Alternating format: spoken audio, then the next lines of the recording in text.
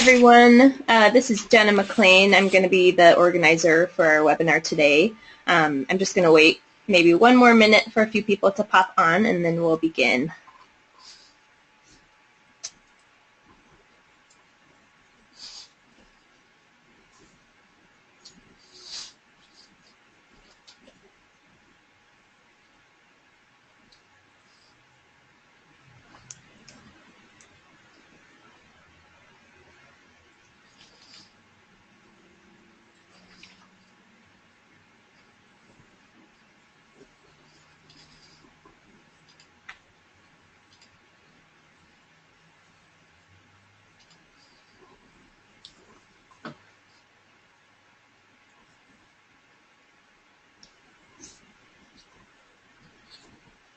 All right, we'll go ahead and get started.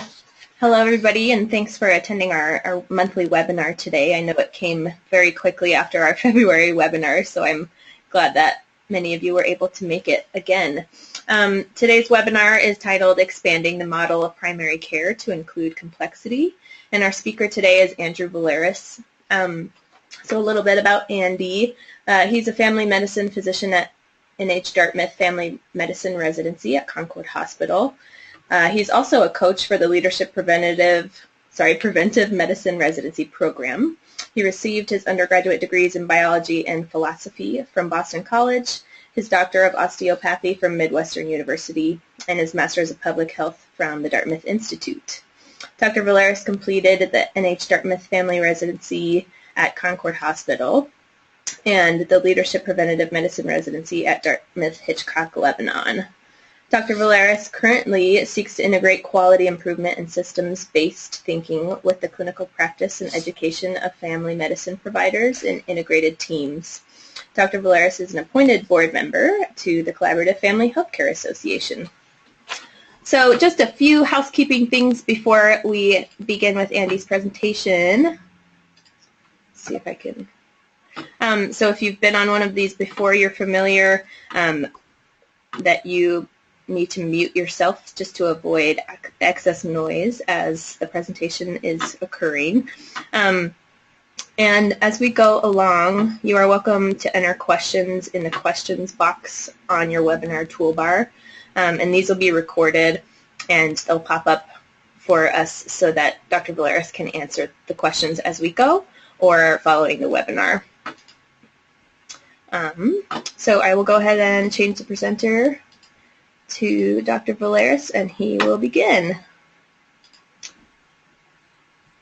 All right. And can see it okay, Jenna? Yep, looks great. Great.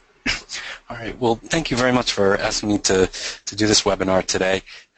This talk is based off a talk that was given at the Collaborative Family Healthcare Association conference this past fall, and was very pleased to ask to make it a webinar. And what we'll be talking about today is expanding the model of primary care to include complexity. And we'll talk a little bit about what does it mean to define something as complex. We'll be using the learning pathways as a model to understand what does it mean to actually change a mental model, how does that change our results, and then get into some of the data in regards to one proxy for complexity that we've used, which is ED utilization, and the effect of approaching this project from a complexity lens. So today you'll see the Prezi in front of you and talk a little bit about the team that I work with. So I work at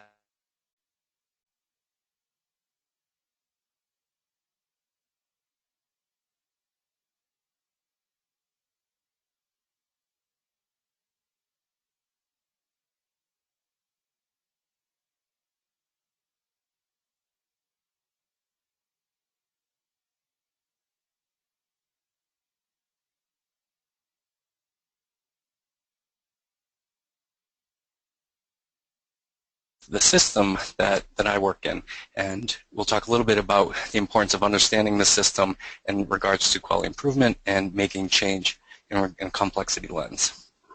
But where I'd like to start is thinking about the learning pathways as a helpful model in understanding the results that we get in day-to-day, the results we get in our initiatives and practices, and the results we get when we look at quality improvement projects.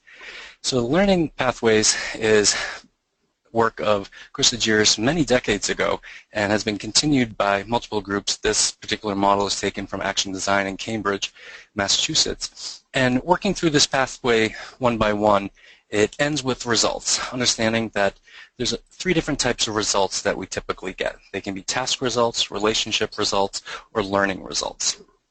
We get those results from the actions we make. The actions we decide to make are based on a frame. That frame is informed by the context we're in and the mental models we bring to the table. The frame is essentially our worldview and how we should proceed to act. Overarching all of this are our values. What values are we using to help determine our models and our frames?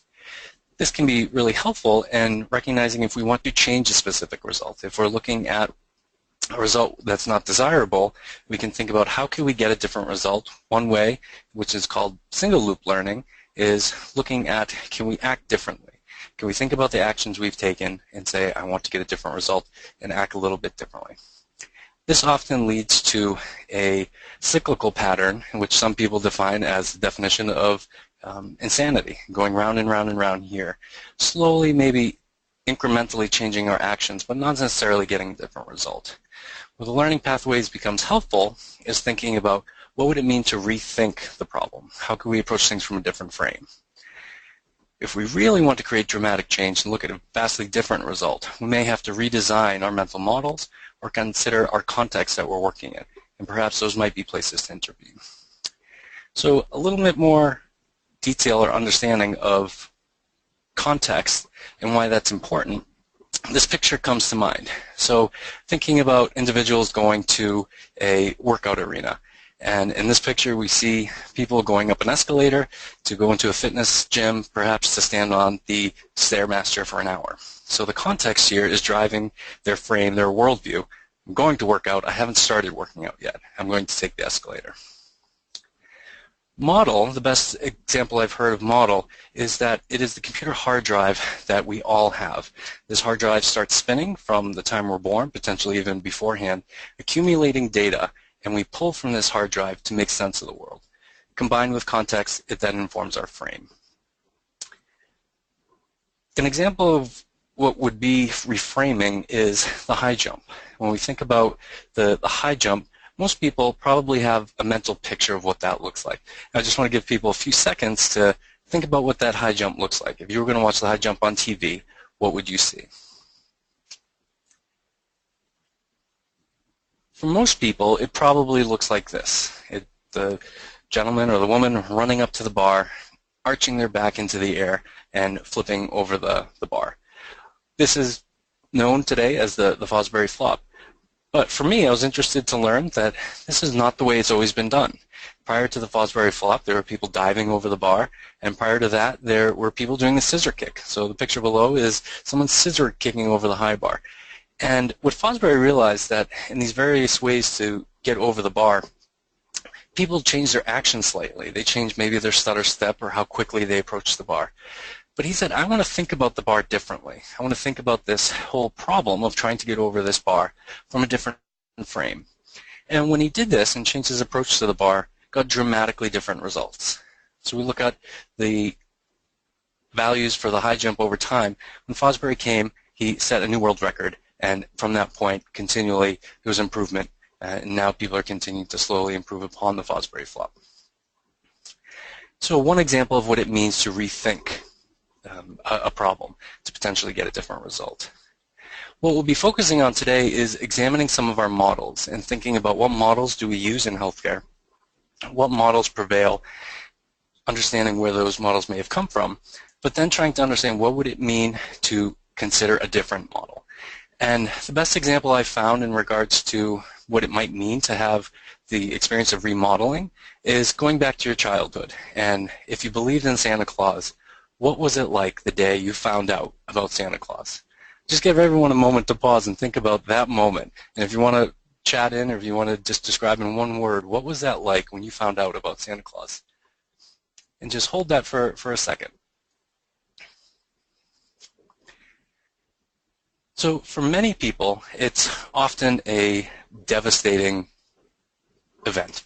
It's one thing that most people can remember and think about.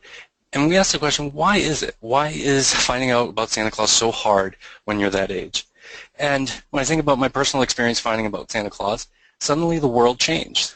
Everything that I understood about how presents happen, about a magical man coming down the chimney, wasn't real.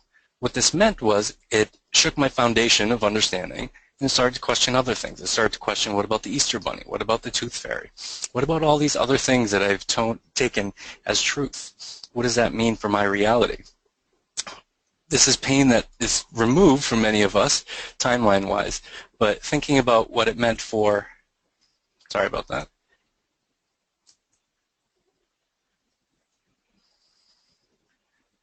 Prezi malfunction. What it meant for a child in this setting, that this picture here describes one child's experience of finding out about Santa Claus. You have no idea what you just did. I really tried to believe. Everyone told me it's your parents. I can't believe you anymore. Is the Easter Bunny real? How about the Tooth Fairy, huh? You just ruined a 10-year-old child's life. Thanks. Nothing will make me feel better. You lied to me about something I loved. That broke my heart. And then middle finger emoji. So it gives a little bit of the experience of what it's like to have your position remodeled. So what we'll be talking about today is what is the model for current healthcare, and exploring that through 4 patients here and describing some of the patterns that we create in regards to identifying goals of care, or identifying approaches to these various patients. So we'll start with Marsha. Marsha is a 76-year-old woman. She's widowed. She lives with her daughter currently, but she's been losing weight. She's got moderate aortic stenosis and slowly declining cognitive status. She's had 2 hip fractures in the past 2 years, and she's been hospitalized 9 times in the last year. So if we compare Marsha to Greg, Greg's 53 years old, married. He's got uncontrolled blood pressure despite triple therapy. He's got uncontrolled diabetes. He smokes cigars but swears he doesn't inhale. He drinks alcohol. He's a security guard and frequently no-shows his appointments because of his work schedule. He works nights and often can't make his daytime appointments. And then Jan, 48-year-old, divorced. She lives alone. She's got fibromyalgia, anxiety, depression, opioid abuse history.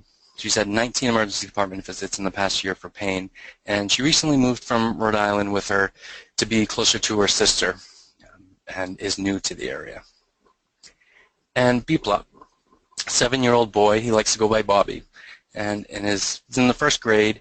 He's a refugee from Bhutan, and he's got a rare variant of beta thalassemia, requiring chronic transfusions. He misses school at least once per week as a result of this, and hasn't decided, but thinks he either wants to be a doctor or Tom Brady. So when we think about these 4 patients, trying to identify what do they all have in common? What is the link between their individual status and their health care? A big push in current health care and primary care is population health and thinking about registry use, and starting to consider these patients and what registries would they fall on. Marsha might fall on a geriatric registry. She might fall on a overutilization of the hospital registry. Greg would fall on a diabetic registry. He might fall on a cardiovascular disease registry. He might show up on a registry in regards to lack of services or lack of utilization as a result of his frequent no-shows.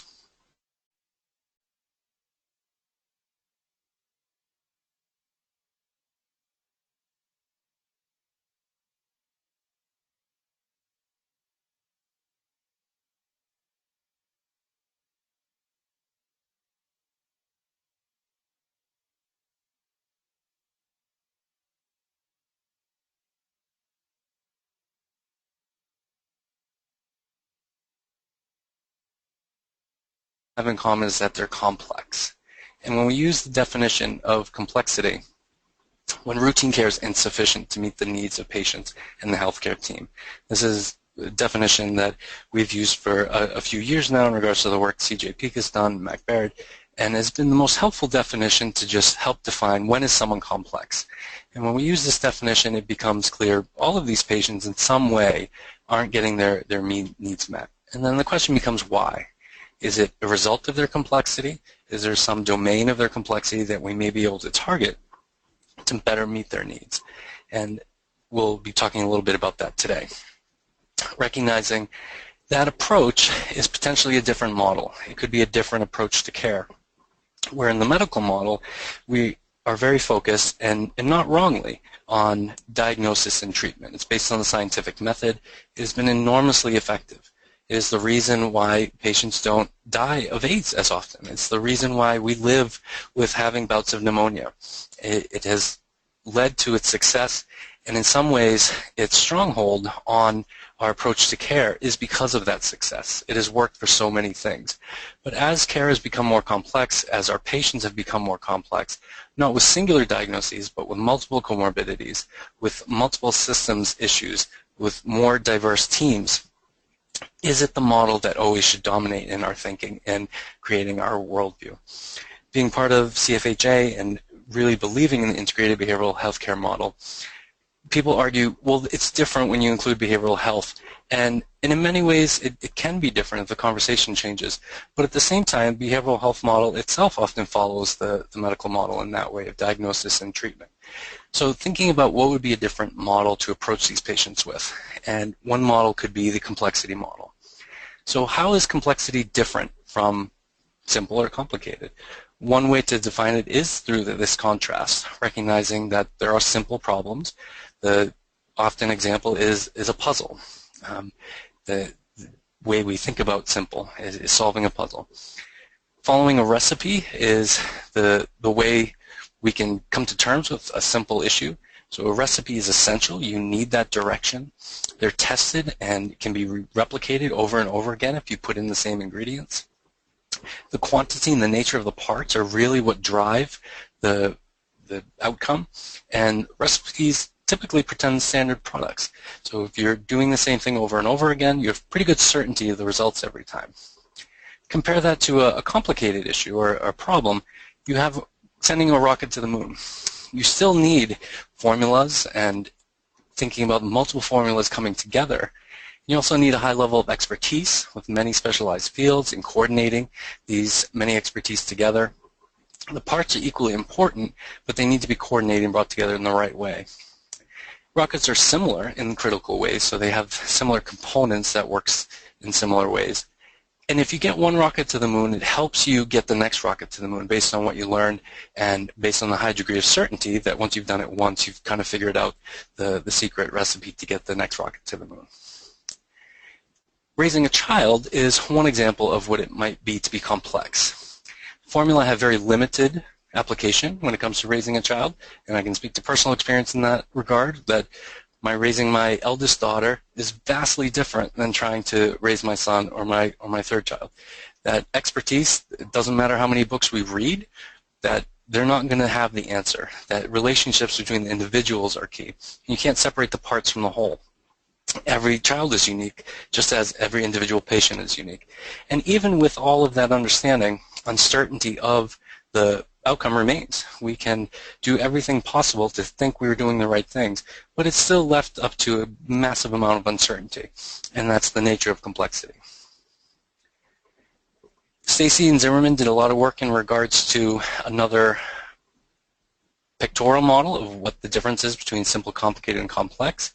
And when you have a simple issue, you're close to certainty in regards to what the issue is, and you're close to agreement on how to proceed with the issue. A clinical example of this might be strep throat. We have very good certainty of the approaches in diagnosis for strep throat, and we're in close agreement on how it should be treated and why it should be treated. Complicated, you get a little bit further away from certainty and agreement, and this could be the overlay of multiple comorbidities. We know how to treat hypertension, we know how to treat diabetes, but when you combine the two, it gets a little bit trickier. When you add a third disease, it gets even harder. Overlay that with a mental health concern, then it gets even more difficult in regards to trying to treat the patient's diabetes.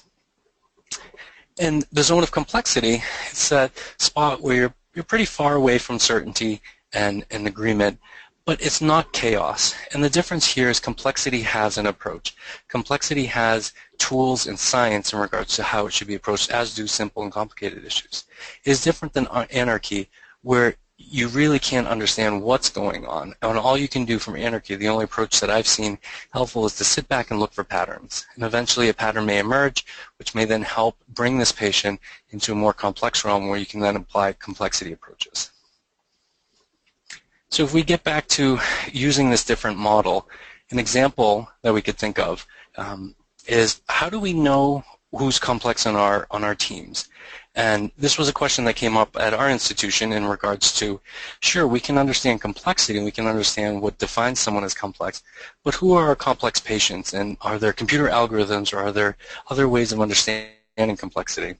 And while those are being developed, we started with one of the most basic approaches, with the goal of providing tools and education to the teams to provide care for their complex patients. So we asked every provider, MA, nurse, integrated behavioral health clinician, and registrar to go through our 14,000 patients. So every provider and nurse and MA went through their panel, and we asked them to put a check mark next to the patients that they viewed as complex, using the definition we talked about earlier in regards to when routine outcomes were not being found. So when we did this, we then were able to tag the patients and understand who was being defined as complex by their teams and who was not. We also then compared the actual number of patients that were identified as complex by PCP compared to the number of patients that were compared to the perception of the number of patients that they thought were complex. And what was interesting here, and what you see on the graph here, is that on average, 14% of a provider's panel was identified by someone as being complex. It may or may not have been the PCP, but someone on the team identified the patient as complex. When we compared this to a poll of providers, when we asked what percentage of your panel do you consider complex, it was almost double. Their perception of complexity was double that of what was actually tagged as complex by themselves or someone else on their team. We did a poor man's narrative analysis of the issues that might be leading to complexity, or what were the things that led to someone being tagged as complex. And my wife's a narrative researcher, so she doesn't like my approach here, but looking at what jumped out was there definitely were some medical issues, some chronic issues. From a provider perception, those jumped out the most. Lack of resources, mental health were aspects of a patient's complexity that they felt made them complex. The team perception was also very, very similar. There's this idea of overlying comorbidities, mental health, and trying to understand how to approach these patients best. And I just think speaks to the important and the invaluable asset of integrated behavioral health that we already are calling and recognizing this patient as complex. This is why. How do we make sure we have the right team members to do the work? What was possible once we identified our patients as complex, we could then go through the electronic health record, and in Centricity, the EMR that we use here, there is a location in the chart where you can enter data that is not transferred to the file if the file is being asked for. It's similar to the way that old paper charts used to, on the manila envelope, you could jot down anything particular about the patient you wanted to remember. We use this area to tag patients that were identified as complex, and then could run data analytics off of their tagged charts. And what we wanted to find out was what was different about our patients that we identified as complex compared to the patients that we didn't.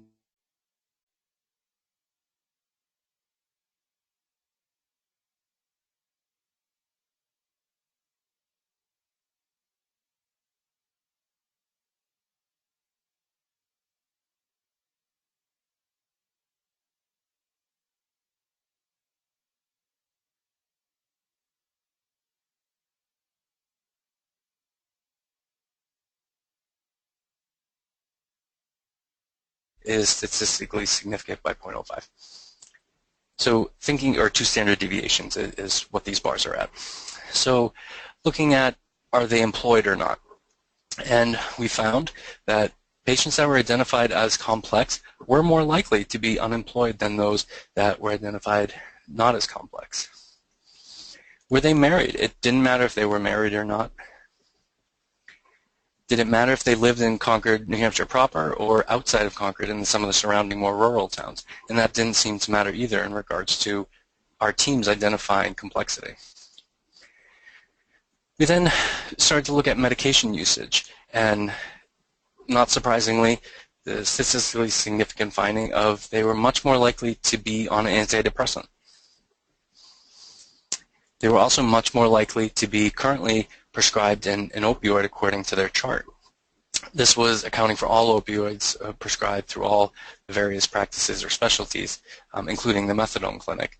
When we looked at if they were prescribed an opioid through our practice and had a potentially addicting medication agreement with us, still significantly different in regards to this complexity group and non-identified complex.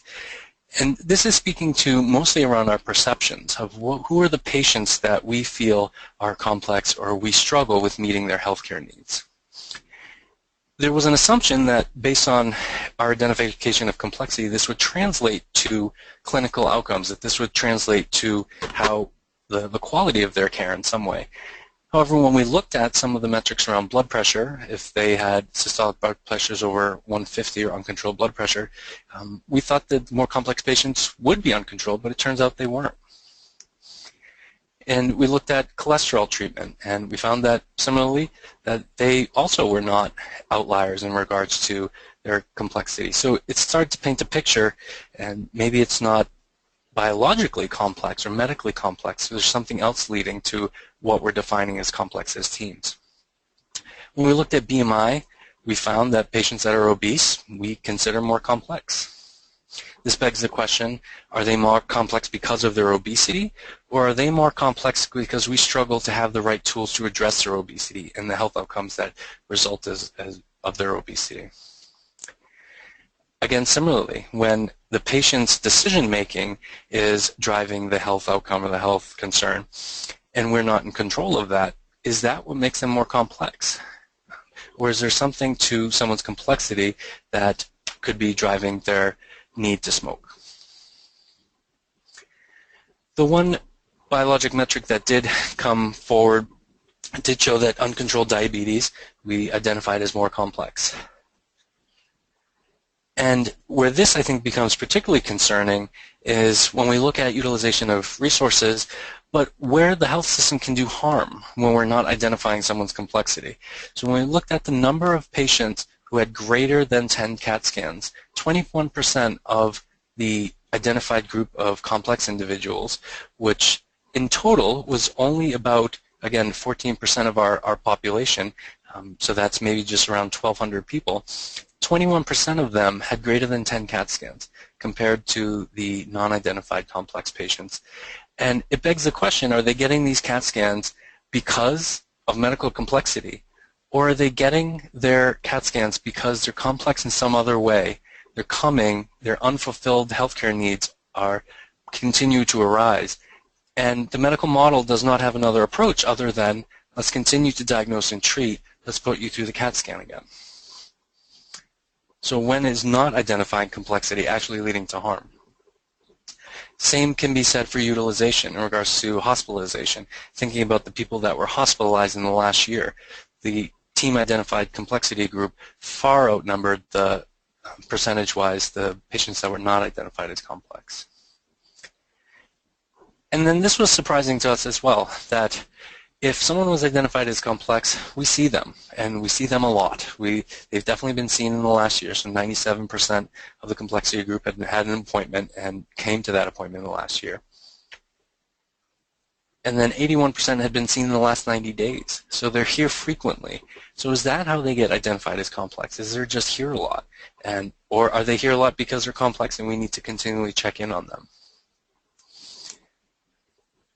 Participate in counseling at Family Health Center. We're an integrated site. We have 14 behavioral health clinicians either doing counseling, or we have 4 integrated behavioral health clinicians in the pods. In some form, the complexity group was getting more counseling, which was hopeful when we looked at this data that at least they're participating in the appropriate resources that may help address some of the complexity. And then thinking about, we developed a patient-centered care plan about 8 years ago at the Family Health Center. Were we actually using it? If these patients, it was intended at first to be used for complex patients, were we using the care plan effectively in this patient population? And surprisingly, we found that actually only 12% of the complex patients had a completed care plan that was done to in all aspects of the care plan. And this gave us some guidance of, if these patients are identified by the team as more complex, why aren't we filling out the care plans for them? And then the other surprising data was the preventive care. I think this speaks to the idea that these patients were here more often, so catch when catch can. They actually had better preventive care measures than the patients that were not identified as complex. I think, again, because they were just in the office and could get this done. Same shows for pap smear and rates of colonoscopy. So when we take a step back and we examine the questions that arise from how our teams are identifying complexity, we can start to understand where the medical model might be driving some of these data metrics, whereas perhaps a different approach in using a complexity lens to approach some of their care once they've been identified as complex and specifically aren't being served in a positive way from the medical model. Who are the patients that are being impacted in a negative way because of hammering home the same approach? And would like to focus the rest of the time here, about the next 15-20 minutes, on thinking about one particular patient from our panel earlier, and thinking about Jan and her ED utilization. ED utilization has been the focus from an administrative level for a long time now. And thinking about when we first started this project was around the time Hotspotters came out, and we got a lot of energy from that approach and from that care. That it is something that we wondered, how could a complexity lens influence ED utilization, which many people felt was outside of their control in regards to impacting utilization of their patients. So if we think about Jan and her story, when she came to Concord, she initially came in August, and over the next 12 months had 19 emergency department visits. And during that time, she was assigned to me as a provider. I never met Jan. And one day I got a call from the emergency department saying, Jan's been here a lot, you need to fix it. And I can recall as a resident saying, how am I going to do that? I felt responsible. I was assigned to her as her PCP. My name was in the banner. And yet I'd never met her and now was being held accountable to her utilization. At the Family Health Center for our residency training, we have a clinic called the Complex Continuity Clinic, which we take residents and we give them an hour with a patient. It's on closed-circuit television, and on the other side of the camera is a behavioral health faculty, a medical faculty, the integrated behavioral health clinician assigned to that pod, the nurse, and the medical assistant. And through the visit, the goal is to understand and delve into the complexity of the patients, knowing that they're there for a reason, that it's probably not the medical model that you need to approach this patient from today. And it was during one of these visits that we were able to get Jan into the clinic, that we started to understand her background, that we started to see what was going on in regards to Jan's life, what was leading to her utilization, and what were some of the indicators that told us we could do a better job. When we met with Jan that day, we introduced her to her outpatient team. We talked about the services that we provide, include behavioral health, including substance abuse. And from that time, Jan did change her behavior. She saw something in her potential in regards to the care that she might get provided outside of the emergency department. And over the next couple of years,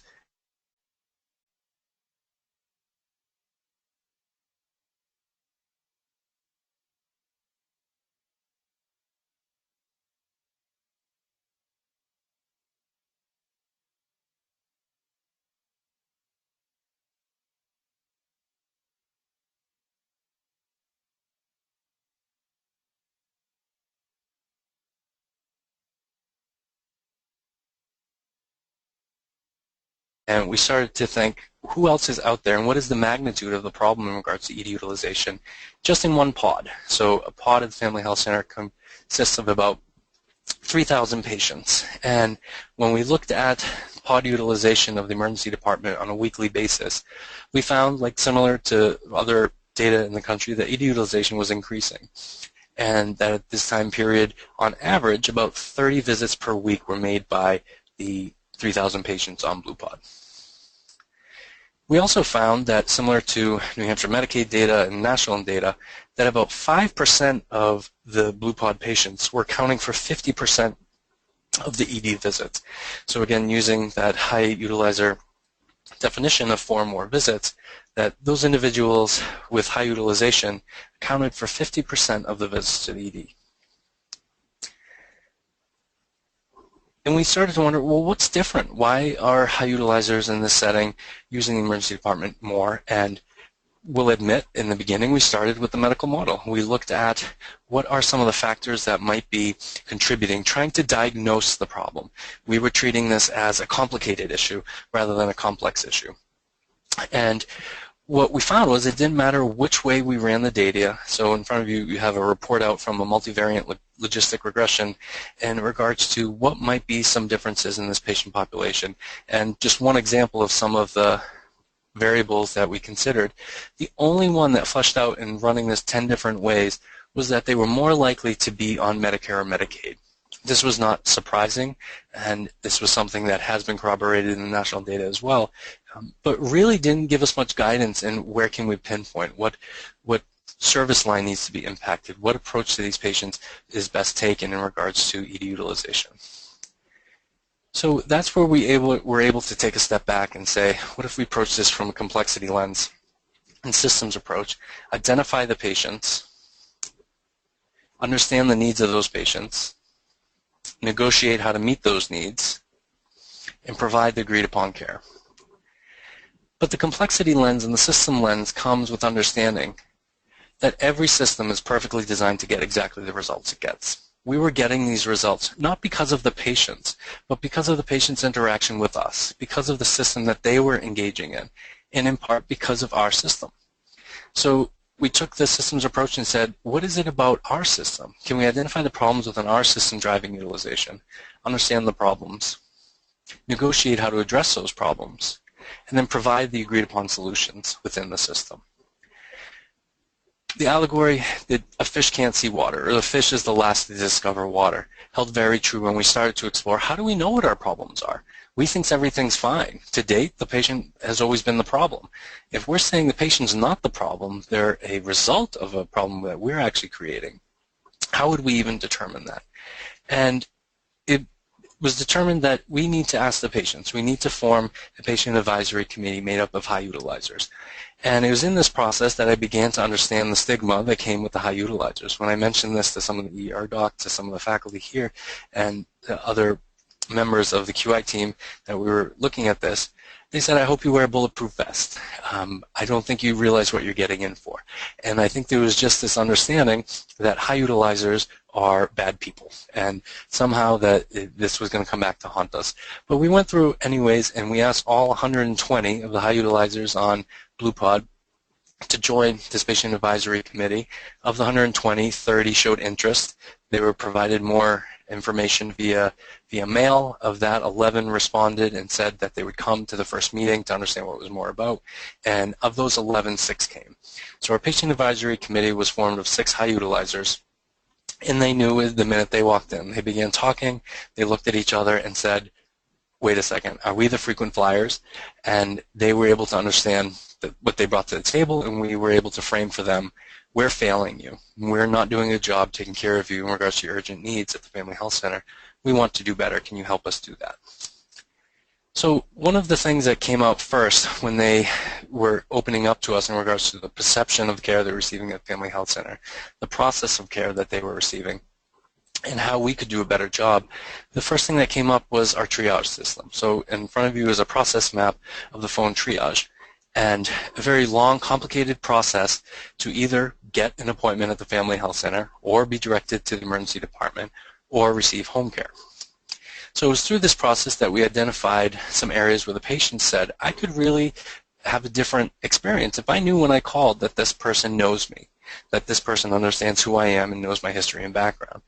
So we presented some of this data back to the teams and didn't say these are the things you're going to do to change the interaction with the patients. We presented just what the patients were telling us. We said this is one thing they said. They said when we pick up the phone, they don't know who they're talking to or if they understand their needs. So a medical assistant said, well, I can easily just say, hi, this is Kimberly. I'm part of Dr. Valeras' team. I know you, and I know your care based on your chart. And that was one difference that the MAs thought that they could make. And then they didn't understand when an MA was saying, I'm going to transfer you to triage now. No one was explaining what triage was. All they knew was that the MA hung up with them. And eventually a nurse and MA came together and said, well, why don't we explain what triage is before we transfer them and understand that the typing that they're hearing is the nurse entering data into a triage protocol that might help guide their care. And that was another step that the team took. I think the biggest influence came from this process when a nurse started to recognize a pattern that she was seeing. When she was in the home care loop, she started to see that when she was recommending home care for a patient, that she would follow up on that patient afterwards, the next day or a few days, and she found that oftentimes those patients were going to the emergency department. So she asked the wicked question, I don't understand. I told them to stay home, they went to the emergency department. So she started asking a separate question. Rather than just asking, do you understand the plan? She asked, do you understand the plan? Patients would say yes. Do you agree with the plan? Most often the patients that were proceeding to the ED said, no, I understand what you're talking about, I just don't agree with it. So when she asked the second question and started to get at what is this patient needing right now, if they didn't agree with the plan, she would put them back into the loop and determine, well, maybe this patient does need an appointment here. Maybe they do need to be seen to, for one, meet their perceived urgent medical need, but also to potentially prevent an ED utilization that might not be necessary. So she took that upon herself to change her behavior to impact the system. From that, we understood that we were not identifying individuals as systems and what they needed in regards to their care. So with the Patient Advisory Committee and with the help of the QI team working on this, an urgent plan of care was developed. And what you have in front of you is the template of what that looks like. And going through, it asks what are the symptoms that typically lead to ED visit or frequent calls. And the second question being probably the most important and one that we often don't ask in the medical model. We care very much about the symptoms so we can make a diagnosis. We don't often ask, how are these symptoms important to you or why do they worry you? And this hit home for me when I asked this question of a patient of mine who was a high utilizer with leg pain that we had worked up multiple times for multiple diagnoses, trying to understand what was her leg pain, but it was always her driver to the emergency department. So we knew the symptoms that typically led to the ED visit was her leg pain. When we asked her, why do these bother you? Why are these important? It surprised us to hear, she said, when I have leg pain, I have thoughts of hurting myself. And when I have those thoughts, I don't want to be alone, so I go to the emergency department. I had been her physician for 4 years and had never known this. I had never known because I never thought to ask. It wasn't part of my model. It wasn't part of how I approached her care. And it's something that the Patient Advisory Committee helped us see that these are important questions that might not be part of a typical medical visit but should be. And then we start to get at, well, who else is on your team? Who knows you best? What are the relationships that can help you, whether at the Family Health Center or outside? What we learned as well was that oftentimes relationships that were strongest for the patient were not with the provider. Oftentimes it could be with a medical assistant or the integrated behavioral health clinician. And sometimes it wasn't that they needed a medical visit at all, that they were calling to best meet their needs. They needed to come in to see with their counselor. And how do we approach that in a different way? Starting to think about who outside the system might be helpful. Should we be directing them to a loved one when they may be calling with an urgent perceived need that isn't a medical concern, that they have a need that could be met by someone else in there?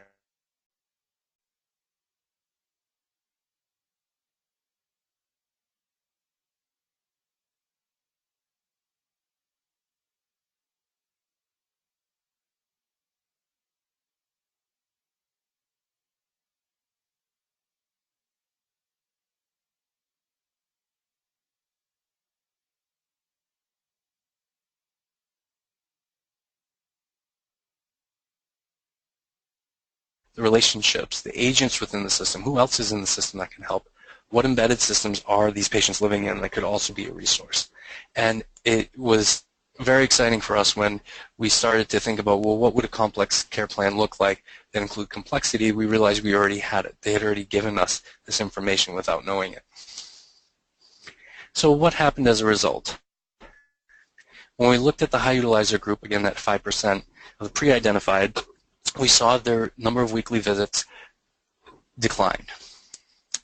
We also saw that the percentage of visits to the emergency department by high utilizers also declined.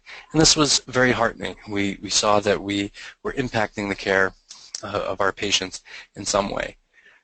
Being a critical statistician, recognized that some of this was probably regression to the mean, and that understanding that this was something that could be just a statistic variation, and that we know high utilizers cycle, and that when they're in crisis, they often need more support and more services, and we use the emergency department more often. But when they're not, and things are okay in their system, they might use it less. So how much of this was that pre-identified pool just showing us, I'm dropping out of this pool for a little while? But when we compared this to all Blue Pod patients, so a rolling pool of patients, not just the 120 identified in the very beginning, but all comers as they became on the list of high utilizers, we also saw a decline in the number of visits per week. And we also saw a decline in the percent of visits by high utilizers. And when this was compared to the rate of high utilizers on other pods or control pods within the clinic, we saw that their rate was continuing to climb. So this also got us hopeful that we are impacting utilization in a positive way. But what really made it stick for us is when we went back to the Patient Advisory Committee, and on one of the last days prior to starting, one of the patients asked, do they know we're on the Patient Advisory Committee? And I mentioned to them, no, this is not part of your medical record. There's no way of identifying you as a participant of this group right now. And she had a big smile on her face, and everyone kind of looked at each other and they started smiling. I was like, what is it? What did I miss? And they said, we've been talking and we are realizing we're making a difference. And asked her to explain, and she said, when I call, they're treating me differently. I just assumed they were treating me differently because I was on this committee and they knew who I was. But to hear that they're treating me differently because the system has changed, because you guys are changing the way you approach patients, she knew she had impacted the care of not just herself, but everyone else. And this gets to the theory of emergence around a complex adaptive system, that her internal rules began to change just enough in regards to her utility and what she wanted to do, where then after completion of the Patient Advisory Committee, she asked for a recommendation letter to be on the Patient Advisory Committee for the local NAMI.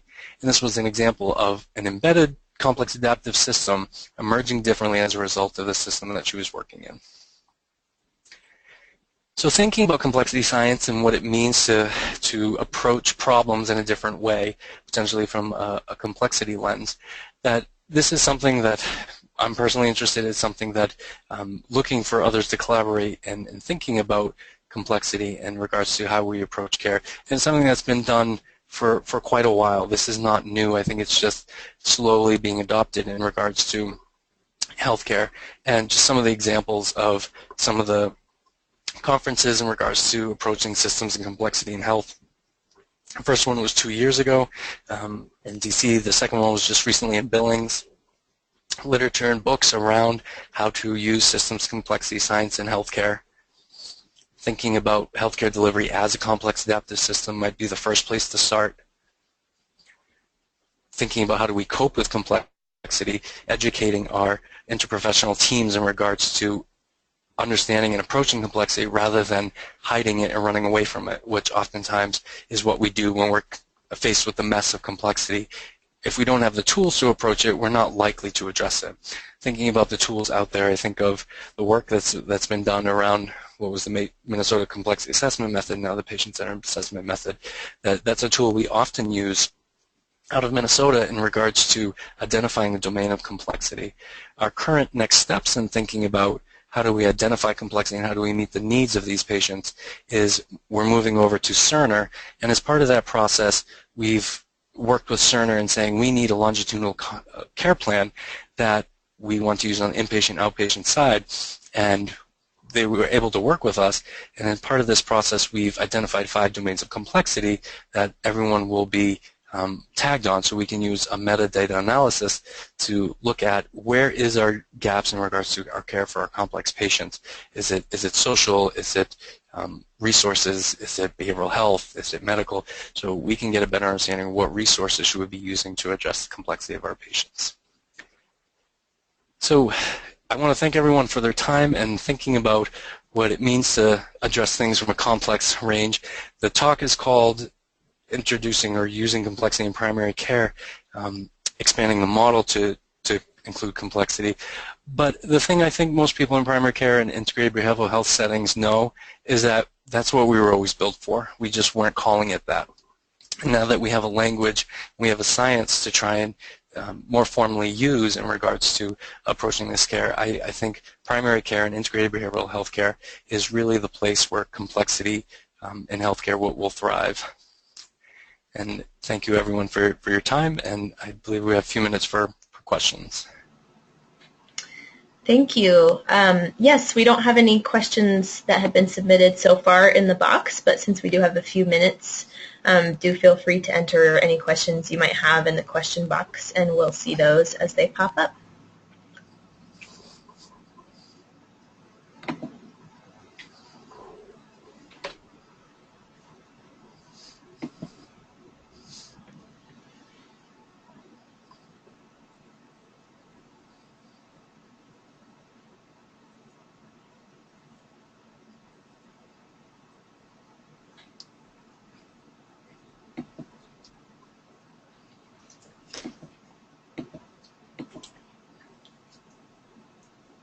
So if there are no questions, I'm happy to share the link to Prezi online so people can view if it's helpful afterwards.